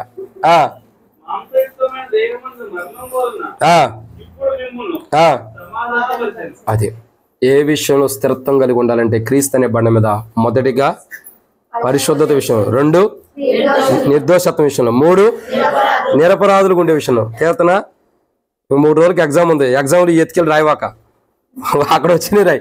4వది ఏ విషయంలో స్థిరత్వం కలిగి ఉండాలంటే సమాధానం విషయంలో. ఏ విషయంలో స్థిరత్వం ఉండాలండి? చాలా వరకు మన సమాధానం అనేది స్థిరత్వం కలిగి ఉండదు, నిలకడగా ఉండదు మన సమాధానం. మన సమాధానం ఎలా ఉంటుంది అంటే ఇట్లా సమాధానం పడతాం అట్లాగే పోగొట్టుకుంటాం, ఇట్లా సమాధానంగా ఉంటాం అట్లాగే పోయింది. ఎన్నో రోజులు, ఎన్నో జీవితాల్లో, కుటుంబాల్లో భార్యాభర్తల మధ్య ఎన్ని గొడవలు ఉండవు. పెద్దలు వస్తారు, వెంకటాన్ని ఉంటాడా? ఓకే. అయితే కుల పెద్దలు ఉంటారు, మత పెద్దలు అంటారు, అనేకమైన పెద్దలు వస్తారు. సంఘానికి ఉన్న పెద్దలు ఎవరు పిలవరు, కుల పెద్దలనే పిలుచుకుంటారు. సరే ఏదో పంచాయతీ పిలిపించుకుని పంచాయతీ చేసుకుంటారు. భార్యాభర్తలు ఇద్దరి మధ్యలో ఏముంది చెప్పు ఫిలోమన్ బ్రదర్? కొట్లాట్లు గొడవలు ఉంటాయి, ఇడిపోయే పరిస్థితులు వస్తాయి. ఇక అందరూ కలిపి పెద్దలు ఏం చేస్తారు, ఎట్ట కూడా కలుపుదాం, కలిసి బ్రతకటం మంచిదిలే అని చెప్పని ఏదో ఒకటి సర్ది చెప్పు 100 అబద్ధాలు ఆడి ఉపయోగం చేయాలితే కలపడానికి 1000 అబద్ధాలు ఆడతారు. ఏదో ఒకటిలో ఎట్టగొట్ట కలిపేసేసేస్తారు. ఎందుకు? ఎట్టగొట్ట కలిసి ఉండాలి అంటే భార్యాభర్తల మధ్యలో సమాధానం విషయంలో స్థిరత్వం కలిగి ఉండాలి. ఎప్పుడైతే భార్యాభర్తల మధ్యలో సమాధానం విషయంలో స్థిరత్వం కలిగి ఉంటారో క్రీస్తుతో మనం కూడా స్థిరత్వం కలిగి ఉంటాం. ఎందుకు చెప్పమంటారా? మనం ఎవరం చెప్పండి? మనమందరం ఎవరం? ఎవరక్క? మనమందరం ఎవరు చెప్పండి? నయమక్క జ్యోతిని చెప్పాక. మనమందరం దేవుని బిడ్డలం. మంచిదే, దేవుని బిడ్డలం కాదని ఎవరు అన్నారు? మనమందరం ఎవరంటే ప్రకటన గ్రంథము చెబుజోతక ఎన్నదే? ప్రకటన గ్రంథం, ద బుక్ ఆఫ్ రెవల్యూషన్, ప్రకటన గ్రంథము ఎన్నో అధ్యాయము? 19వ అధ్యాయం. మీరు పొద్దున్న నుంచి బయటికి రాలా ఆరాధన నుంచి. ప్రార్థన గ్రంథం అనగా 4వ అధ్యాయంకి వెళ్ళొద్దు. ప్రార్థన గ్రంథం 19వ అధ్యాయం 6-7 వచనాలు. ఉన్నారా శ్యామన్న? పెద్దగా చదువు శ్యామన్న.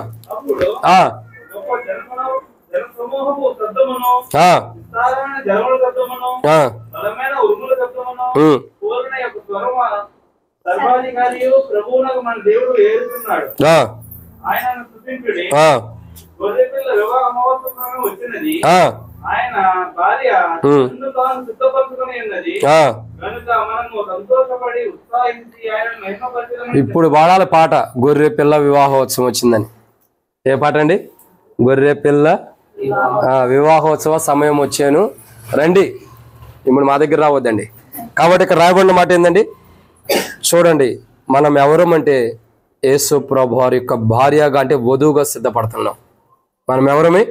యేసు ప్రభు వారి యొక్క భార్య అంటే వధువు. అంటే ఒక భర్త భార్య మధ్యలో ఎంత సమాధానం ఉంటుందో ఆ సమాధానం భార్యాభర్తల మధ్యలో ఉంటే వాళ్ళు క్రీస్తుకి వధువుగా ఉండ వాళ్ళ మధ్యలో కూడా సమాధానం ఉండట్టే. అర్థమవుతుందండి నేను చెప్పే మాట? భార్యాభర్తల మధ్యలో సమాధానం ఉంటే, అంటే భర్తకి భార్యకి మధ్యలో సమాధానం స్థిరంగా ఉంటే పరలోకపు పరమవరుడైన యేసు ప్రభు వారికి భూమి మీద ఉన్న వధువుకి సమాధానం స్థిరంగా ఉండిద్దంట. అంటే మనం ఎవరమే? ఇప్పుడు చెప్పండి, మనం ఎవరమే? మళ్ళీ సంఘానికి వెళ్ళే జ్యోతక్క, మనం ఎవరు అంటే వధువు. వధువు అంటే ఆయన భార్య. వధువు అంటే చాలా కోణాలు ఉన్నాయి. దాని ఆ వధువు గురించి తీసుకురావాలంటే చాలా లోతుగా ఉంది. కాబట్టి వధువు ఆయన భార్యగా సిద్ధపడుతున్నాం. ఇక్కడ సంఘం గురించి కానీ నేను చెబుతుంది. ఆయన భార్య తనను తాను సిద్ధపరుచుకున్న విధానం చూస్తున్నాం. కాబట్టి ఎప్పుడైతే భార్యాభర్తల మధ్యలో సమాధానం స్థిరముగా ఉండిద్దో, అంటే ఉండిద్ది. ఇప్పుడు నేనుండ ఇంత వాక్యం చెబుతున్నా, నా భార్యకి నాకు మధ్యలో ఏదో ఒక మాట రావచ్చు, ఎందుకంటే రక్తమాంసం కలిగిన వారు. కానీ ఏం చేస్తాం మళ్ళీ తర్వాత? నా మటుకు నేనైతే సమాధాన పడిపోతా. ఎందుకు తెలుసా?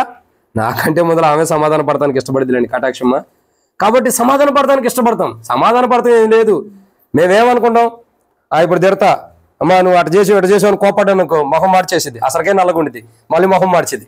మాడవల్ల ఏమైపోయింది, ఇంకా ఇదైపోయింది. నేనేక చూస్తా ఏం చేసిద్ది అని చూస్తా, కాసేపటికి వచ్చి ఏమండాలి చెప్పు అనేది, నీ ఇష్టం వచ్చింది ఉండంట. అప్పుడు ఏం చేసేది, నా ఇష్టం ఏంది లేండి, మీ ఇష్టమే చెప్పండి అనేది. ఎక్కడే సమాధానం వచ్చేస్తుంది మా ఇద్దరి మధ్యలో. అంటే ఎందుకు చెప్తున్నానంటే పెద్దగా సమాధాన పడాలంటే ఏదోదో చేయవసరలా. ఒక వ్యక్తితో మరొక వ్యక్తి ఆ ఇబ్బందికరంగా ఉన్నప్పుడు, ఇద్దరి మధ్యలో అసమాధానం ఉన్నప్పుడు మాట్లాడితే సమాధానం వచ్చేసింది. ఈరోజు మనం ఎవరితో సమాధానంగా ఉండాలా? ఒక భార్య భర్తతో, భర్త భార్యతో సమాధానం ఉంటే నువ్వు ఖచ్చితంగా క్రీస్తుతో సమాధానం ఉండట్టే. అందుకే రాయబడుతూ వచ్చింది. క్రీస్తు ఎవరు? ఆ రాయబడిని చూడండి. క్రీస్తు ఎవరు? అపోస్తలుడైన పౌలు తెస్సలోనికీయులకు రాసిన మొదటి పత్రిక 5వ అధ్యాయం 23వ వచనంలో సమాధానకర్తయగు దేవుడే మిమ్మల్ని సంపూర్ణంగా స్థిరపరచును గాక. అపోస్తలుడైన పౌలు రోమీయులకు రాసిన పత్రిక 16:20 రాయబడుతూ వచ్చింది. సమాధానకర్తయగు దేవుడు సాతాను మీ కాళ్ళ కింద శీఘ్రంగా చితకదొక్కుతాడు. అసలు మీ కాళ్ళ కింద సాతాను చితకదొక్కాలంటే మన జీవితంలో ఏముండాలి తెలుసా? సమాధానం ఉండాలి. ఏముండాలండి? సమాధానం. పొద్దున్నే లేస్తే రాత్రి పడుకునేంత వరకు గల్లీ మొత్తం గొడవలాడుకుంటూ కూర్చుంటాం భార్య భర్తలు. ఇంకేముండిద్ది మనకు దేవునితో సమాధానం? స్థిరత్వం ఎక్కడ ఉంది? మన కాళ్ళ కింద సాతానుడు ఎక్కడ ఉన్నాడు?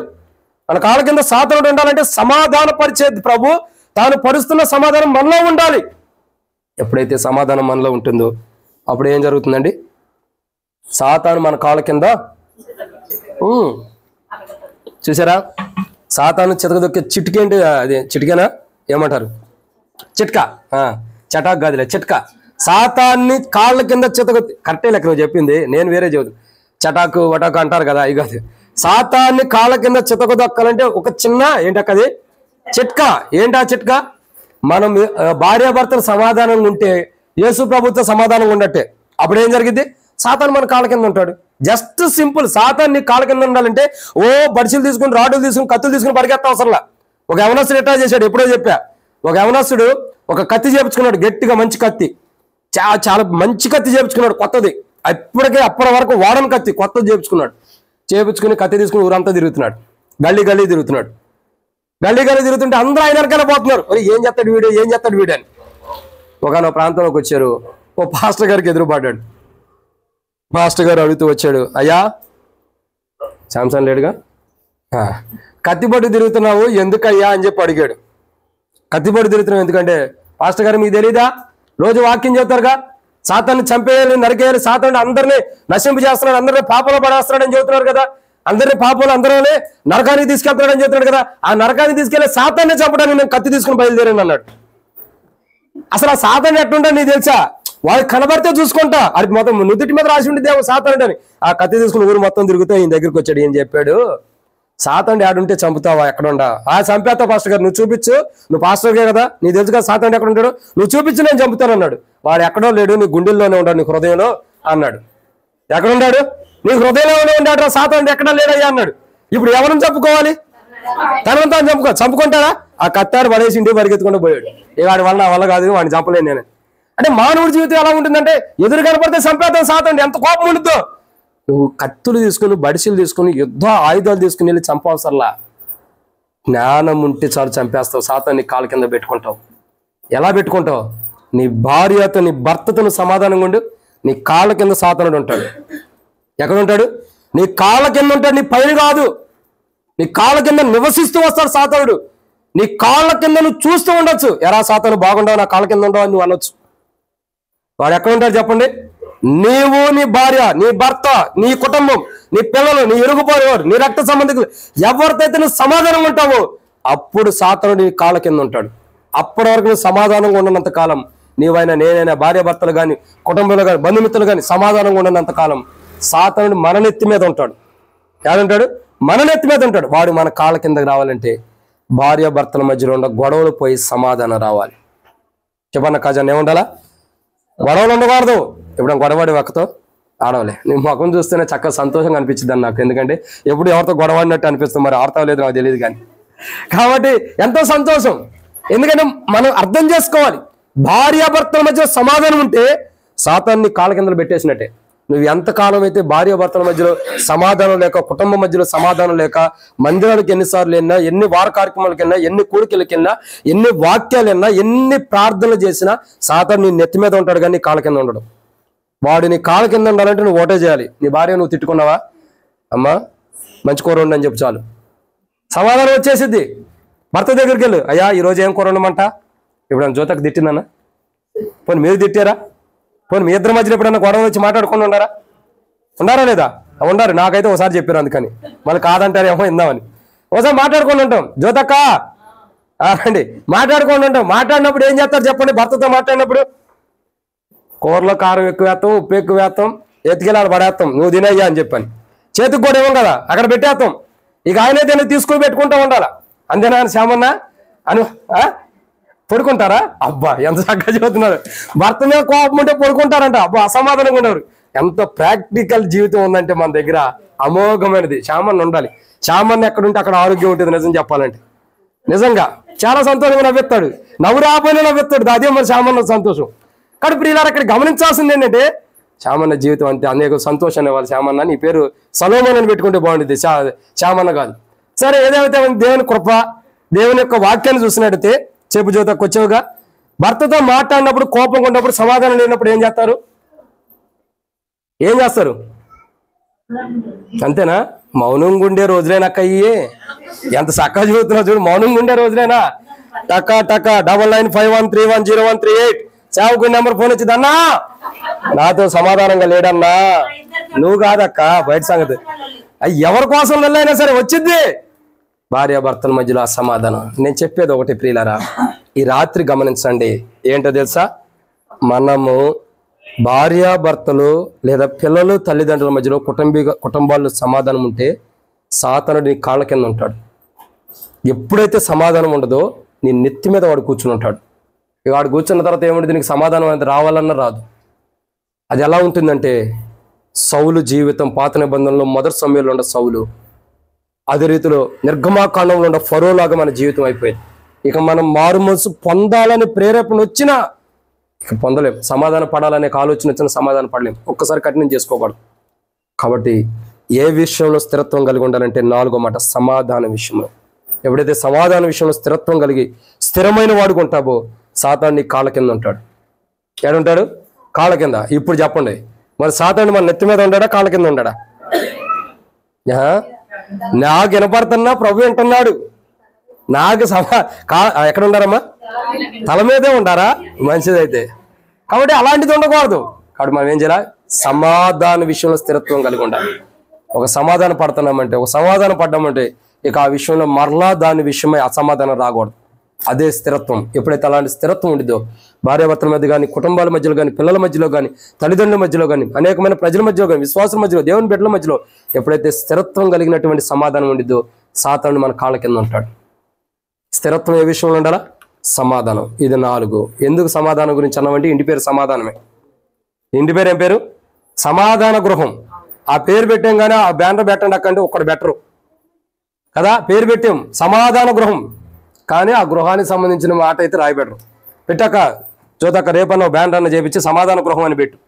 కాబట్టి సమాధాన గృహము, సమాధానం విషయంలో మనం కలిగి ఉండాలి. సమాధాన గృహం అని ఎందుకు ఉండిద్దంటే సమాధానం ఉండదు కాబట్టి. సమాధానం ఉండదు కాబట్టి దేవుడు ఆ మాటని ఇస్తాడు, మీరు సమాధానం కలిగి ఉండండి. సమాధానం విషయంలో స్థిరత్వం కలిగి ఉండాలి. ఇది 4వ మాట. చెప్పండి. పునాది మీద వేయబడిన రాయి వలె స్థిరత్వం కలిగి ఉండాలి. కట్టబడిన రాయి వలె. ఏ విషయంలో స్థిరత్వం కలిగి ఉండాలా? పరిశుద్ధత. 2 నిర్దోషత్వం. 3 నిరపరాధులుగా ఉండే విషయం. 4 సమాధాన విషయంలో స్థిరత్వం కలిగి ఉండాలి. అస్థిరులుగా ఉండారా? ఏదో సమాధానం పడిపోయి గాలికి వెళ్ళిపోయినట్టు ఉండారా? అస్థిరమైన జీవితం ఒకరోజు నష్టపోతాం. ఇది 5వ మాటను చూడబోతున్నారండి. ఇది 4. ఇక 5వ మాట అపోస్తలుడైన పౌలు కొలస్సీలకు రాసినటువంటి పత్రిక 1వ అధ్యాయం. అపోస్తలుడైన పౌలు కొలస్సీలకు రాసినటువంటి పత్రిక 1వ అధ్యాయము 23వ వచనం. పునాది మీద కట్టబడిన వారై స్థిరముగా ఉండి మీరు విన్నట్టు ఆకాశము క్రింద ఉన్న సమస్త సృష్టికి ప్రకటింపబడినట్టు ఈ సువార్త వలన కలుగు నిరీక్షణ నుండి తొలగిపోగా విశ్వాసమందు నిలిచి ఉండిన ఎడల ఇది మీకు కలుగును. పౌలను నేను ఆ సువార్తకు పరిచారకుడనైతిని. చాలమ్మా. కాబట్టి ఇక్కడ రాయబడినటువంటి ఎన్నో మాట ఇది 5వదిగా ఏ విషయంలో స్థిరత్వం కలిగి ఉండాలి? ఒక క్రైస్తవుడు స్థిరత్వం కలిగి ఉండాలి. విశ్వాసి స్థిరత్వమైన జీవితం ఉండాలి. మొట్టమొదటిగా పరిశుద్ధత విషయంలో, 2 నిర్దోషత్వం విషయంలో, 3 నిరపరాధులు ఉండే విషయం, 4 సమాధానం విషయంలో, 5వదిగా ఏ విషయంలో స్థిరత్వం కలిగి ఉండాలంటే విశ్వాసము. ఏ విషయం అండి? విశ్వాసం విషయంలో ఎలా ఉండాలా? స్థిరత్వం ఉండాలి. చెప్పండి, ఇప్పుడు చెప్పండి, మన విశ్వాసం ఎట్టుంది? జ్యోతక్కింటోనే కాబట్టి జ్యోతక్కనే అడగాలి. మన విశ్వాసం ఎట్లా ఉంది? ఇప్పుడు ఎవరిని అడగాలి తెలుసా? జ్యోతక్క గురించి అడగాలంటే ఎవరిని అడగాలి? అది బాగా అనుభవం ఉందన్న, ఆంధ్రేయాన్ని అడగాలి. ఆంధ్రేయాన్ని గురించి అడగాలంటే ఎవరిని అడగాలి? ఇప్పుడు చెప్పండి, ఇద్దరు ఒకటే మాట చెప్పొద్దు.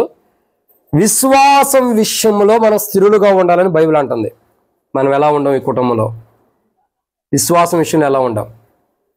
అసలు దేవుని రాజ్యం పొందుకుంటామన్న విశ్వాసం అన్న ఉందా లేదా? ఉందా? మంచిదైతే. అది అన్న ఉండకపోతే ఇంకా బాధాకరం విషయం. సరే, ఇక్కడ చూస్తున్న 5వ మాట ఏంటంటే విశ్వాసము.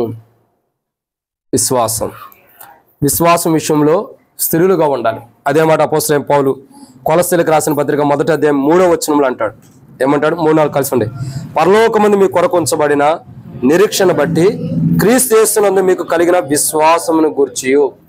ఏ విషయంలో స్థిరత్వం కలిగి ఉండాలండి? విశ్వాసం విషయంలో. అంటే మనం విశ్వాస విషయంలో స్థిరత్వం కలిగి ఉండాలి. అవిశ్వాసంలో మనం ఉండకూడదు, లేదా అలల చేత కొట్టబడుతున్నటువంటి విశ్వాసం విషయంలో స్థిరులుగా ఉండకూడదు. అంటే మనం చాలా వరకు అవిశ్వాసంలో స్థిరులుగా ఉంటాం. ఏ విషయంలో? అవిశ్వాసంలో. ఇప్పుడు చెప్పండి, 1,00,000 మాటలు దాటిరండి. ఏ విషయంలో స్థిరులుగా ఉంటాం మనం? విశ్వాసం కాదక్క, అవిశ్వాసంలో ఎక్కువ స్థిరులుగా ఉంటాం. చూడండి, 100కి 99% అవిశ్వాసంలో స్థిరులుగా ఉంటాం. 100కు 1% విశ్వాసంలో స్థిరులుగా ఉంటాం. మన జీవితంలో 99% అవిశ్వాసానికి ప్రాధాన్యత ఇస్తాం. విశ్వాసానికి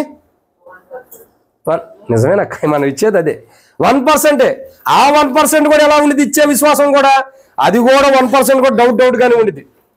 అంటే మన విశ్వాసం ఎలా ఉంటుంది? మనం విశ్వాసం విషయంలో స్థిరత్వం కలిగిన వారికి ఉండాలి. ఎంతైతే క్రీస్తులో నివసించే విషయంలో, విశ్వాస జీవితంలో క్రీస్తుని గురించి విశ్వాస విషయంలో స్థిరత్వం కలిగి ఉంటామో అప్పుడు మన జీవితం పరలోక రాజ్యంలో స్థిరంగా ఉండేది. అర్థమైందండి? విశ్వసించిన వాడు కలవరపడ్డాడు. అంటే విశ్వాసం కలిగిన వ్యక్తిలో కలవరం ఉండదు. ఒక వ్యక్తిలో కలవరం ఉంటుంది. ప్రార్థన చేస్తాం, కళ్ళు తెరిచి చూస్తాం, అటు చూస్తాం, ఇటు చూస్తాం, కలవరం. ఒకళ్ళు ప్రార్థన చేస్తారు, కానీ ప్రార్థన ఏం చేసాం కూడా మర్చిపోతాం. అంటే కలవరం ఉందని మనలో అర్థం. ఇప్పుడు ప్రార్థన చేస్తాం, నాకు ఇది కావాలి ప్రభా, ఇది ప్రభా అని, మళ్ళా మనం మర్చిపోతున్నాం. అంటే అర్థం ఏంటంటే లోపల కలవరం ఉంది, ఏదో టెన్షన్ ఉంది, ఏదో బాధ ఉంది. రేపు ఎల్లుండో కీర్తనాలో ఎవరో ఒకళ్ళు ఇంటర్మీడియట్ ఎగ్జామ్ రాస్తారు, 7 చదువుకుంటారు. అదే రోజు రాత్రి లక్ష్మక్క కాజన్న తిట్టుకున్నారు అనుకోండి, కొట్టుకోలే, తిట్టుకున్నారు అనుకో, ఏం పొద్దున్నే లేవు రాసేది ఎగ్జామ్? ఏం రాసేది? మా నాన్న కొట్టుకున్నాడు, మా అమ్మ తిట్టుకుందని అదే మనసులో ఉండేది. ఇంక ఎగ్జామ్ ఏడు గుర్తున్నది, చదువుకున్నదంతా. ఒక మాట చెబుతున్నాలే, మీ డాడీ మంచివాళ్ళే, మరి బాధపడవాక అన్న అట్ట అంటున్నారు ఏందన్న నిద్దాము, వాళ్ళు మంచివాళ్ళే, వాళ్ళు ఏమన్నారని వాళ్ళ పేరు చెబుతున్నాం, మళ్ళీ ఇంకోళ్ళు అంటే నాకు బాధ కదా. కాబట్టి ఏమవుతుంది? అవే గుర్తుంటాయి మనసులో. అంటే కలవరం. ఒక వ్యక్తి యొక్క జీవితంలో కలవరం ఉన్నప్పుడు ఏకాగ్రత అన్నది మనిషిలో ఉండదు. అది విశ్వాస జీవితంలో ఏకాగ్రత ఉండాలంటే కలవరం ఉండకూడదు. కలవరం ఉంటే ఏకాగ్రత మనకు రాదు, విశ్వాస జీవితం మనకు రాదు, దేవుని మీద విశ్వాసం మనకు రాదు, దేవుని మీద విశ్వాసంగా నిలబడే క్రైస్తవ జీవితం మనకు రాదు. కాబట్టి 5వదిగా ఏ విషయంలో స్థిరత్వం కలిగి ఉండాలా? విశ్వాస విషయంలో. మన క్రైస్తవ జీవితంలో ఈరోజు విశ్వాసంలో ఎంత స్థిరత్వం కలిగి ఉంటున్నాం, ఎంత స్థిరులుగా మనం ఉంటున్నాం అని మనం పరీక్షించుకోవాలి. విశ్వాస విషయంలో ఎలా ఉండాలా? స్థిరమైన వారుగా ఉండాలి. ఎంత స్థిరమైన వారికి విశ్వాస జీవితంలో ఉంటామో అన్ని బహుమానాలు మనకు ఉన్నాయి, అన్ని బహుమానాలు. ఈరోజు 5వదిగా ఒక క్రైస్తవుడు లేదా ఒక విశ్వాసి, ఒక దేవుని బిడ్డ, పునాది మీద వేయబడినవాడు, క్రీస్తు అనే బండ మీద పునాది వేయబడి కట్టబడినటువంటి వ్యక్తి ఏ విషయాల్లో స్థిరత్వం కలిగి ఉండాలంటే 1 పరిశుద్ధత, 2 నిర్దోషిగా ఉండే విషయంలో, 3 నిరపరాధులుగా ఉండే విషయంలో, 4 సమాధానం విషయంలో, 5 ఇవేవి మనం చేయం కానీ వాటిలో స్థిరంగా ఉండాలి. ఈ 5 మనం చేయటం మన వల్ల సాధ్యం అవుతుందా? పరిశుద్ధత, నిరపరాధులుగా ఉండటం, నిర్దోషులుగా ఉండటం, సమాధానంగా ఉండటం, విశ్వాసంగా ఉండటం. ఈ 5 విషయాల్లో మనకు సాధ్యమైద్దా? అవుతుందా? చూద్దాం. రేపొద్దున డైరీ పెట్టుకోండి, రేపటి నుంచి రాయండి ఏ విషయంలో తప్పిపోతున్నాం అన్నాయి. మన జీవితంలో ఈ 5 అనుభవంలో స్థిరత్వం కలిగి ఎప్పుడు ఉండలేం. కానీ స్థిరత్వం కలిగి ఉండటం కొరకు ఈరోజు మనం ప్రార్థన చేసుకోవాలి. చూడండి, మనం చచ్చిపోయేంత వరకు కూడా పరిశుద్ధత కలిగి ఉంటామా? ఏ రోజుకు ఆ రోజు ఏదో ఒక మాటలో, చూపులో, తలంపులో, ఆలోచన ఎడవసారి పడిపోతున్నాం. మరి అపిత్రం అవుతున్నాం లేదా? మరి పరిశుద్ధులుగా ఎలా ఉండగలుగుతాం? ఏదో ఒక విషయంలో ఏదో పొరపాట్లు ఉంటే దోషులుగా చేయబడుతున్నాం, నిర్దోషులుగా ఏడవుతున్నాం. ఏదో పాపం చేస్తున్నాం, నిరపరాధులుగా చేయబడతాం, చెడిపోలేకపోతున్నాం. ఇంకా ఏదో ఒక అసమాధానం వస్తుంది, సమాధానం లేకపోతున్నాం. ఇంకా చూడగా విశ్వాసం లేని వారికి ఉంటున్నాం. అంటే మన జీవితాలు ఎలా ఉండే? స్థిరత్వం లేదు. కాబట్టి ఇక్కడ రాయబడిన మాట ఏంటంటే, అపోస్తలుడైన పౌలు కొలస్సీయులకు రాసిన పత్రిక 1వ అధ్యాయం 23వ వచనంలో, పునాది మీద కట్టబడిన వారే స్థిరముగా ఉండుడి. మనం ఎలా ఉండాలండి?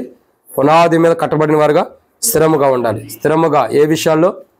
మనం పునాది మీద కట్టబడిన వారుగా ఏ విషయంలో స్థిరంగా ఉండాలా? 1 పరిశుద్ధత విషయంలో, 2 నిర్దోషిగా ఉండే విషయంలో, 3 నిరపరాధిగా ఉండే విషయంలో, 4 సమాధానం విషయంలో, 5 విశ్వాసం విషయంలో. ఈ 5 అంతల విశ్వాసం విషయంలో, ఈ 5 అంతల అనుభవంలో మన జీవితాల్లో స్థిరులుగా ఉంటే, ఈ 5 అంతల అనుభవంలో మనల్ని ఎవడో కదలించలేడు. సాతానుడు కూడా మనల్ని కదలించలేడు. ఎందుకు?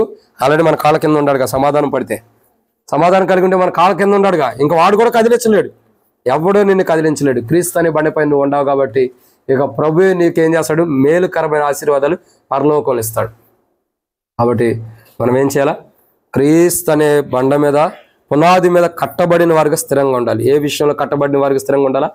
క్రీస్తు అనే బండ మీద ఏ విషయంలో కట్టబడిన వారుగా స్థిరంగా ఉండాలి? ఏ విషయంలో కట్టబడిన స్థితిలో మనం స్థిరంగా ఉండాలంటే, పరిశుద్ధత, నిర్దోషత్వము, నిరపరాధుల జీవితము, సమాధానం విషయంలో, విశ్వాసం విషయంలో మనం ఎలా ఉండాలా?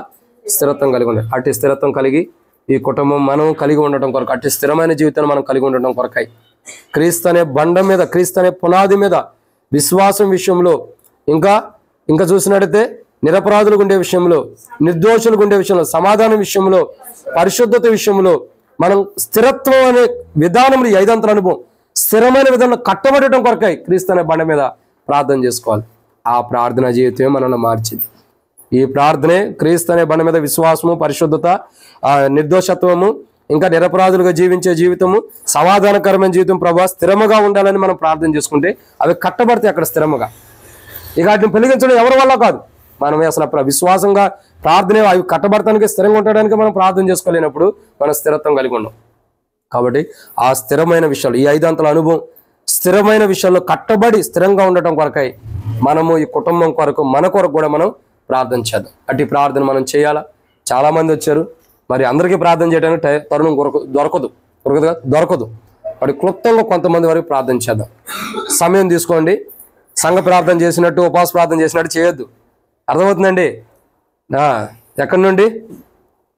ఇండియన్ పెట్రోల్ బంక్ కాడి నుంచి చౌరస్తా దాటి, లక్ష్మీ హోటల్ దాటి, ఇంకెక్కడ బస్ స్టాండ్ దాటి, ఇంకెక్కడ 5వ స్టేట్ బిల్డింగ్ దాకా వచ్చినంత చేయొద్దు. షార్ట్ అండ్ స్వీట్లో తక్కువ కుటుంబం కొరకు, మందిరం కొరకు, ఆ తర్వాత చదువులేక ఇంకా అన్నిటి కొరకు కూడా ప్రార్థన చేయండి. వారి అవసరతలు ఏంటో వారు చెబుతారు, వాళ్ళ అవసరతల కొరకు కూడా ప్రార్థన చేయాలి. ఒక గొప్ప స్థిరమైన పునాదిగా మనం కట్టబడి ఉండటం కొరకై ప్రార్థన చేసుకుందాం. అటు ప్రార్థన జీవితం మనమును, ఈ కుటుంబమును క్రీస్తు అనే బండ మీద స్థిరత్వం కలిగిన వారికి ఉండటం కొరకై ప్రభు సహాయం చేయను గాక. ఆమేన్. సరే, ఇక్కడ ప్రార్థన చేద్దాం.